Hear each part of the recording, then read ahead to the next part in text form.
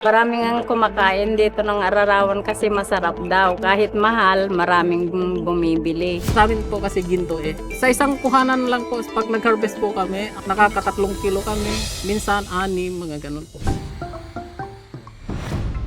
Ang mga magsasaka sa Ilocos Sur,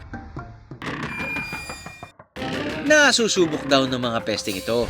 Ito ang ararawan o mole crickets. Pero ang ibang lokal, minumukbang ito. Uy, sali ako dyan.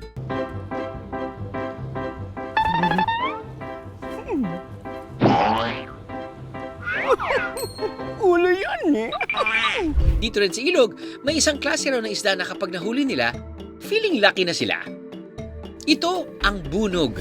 May malapit na kainan dito sa may ilog, kung saan sure ball kung matitikman ang isdang yan. Mga na! Andan ako!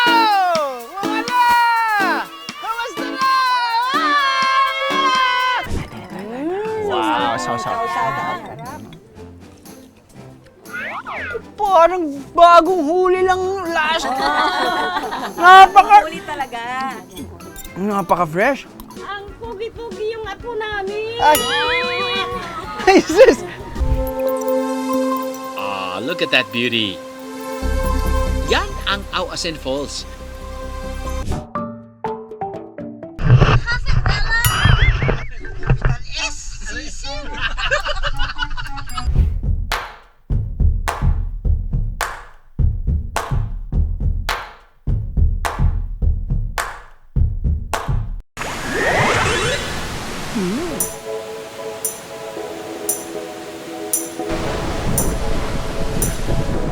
After a good 30 to 45 minutes, everything sasalubong sa'yo, di ba? It's beautiful.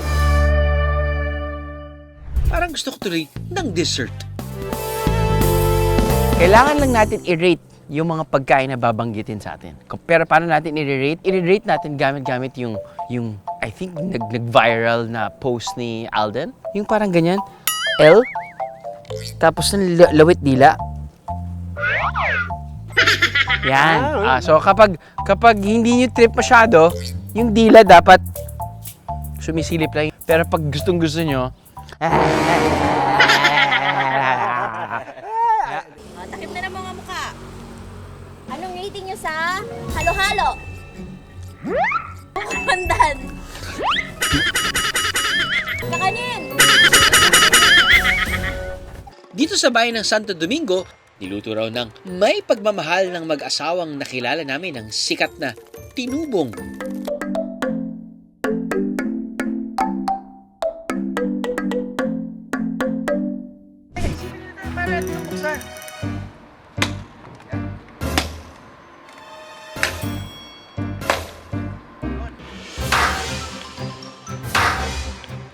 oh my goodness.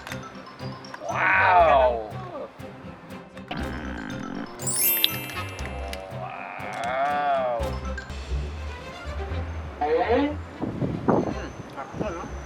Grabe!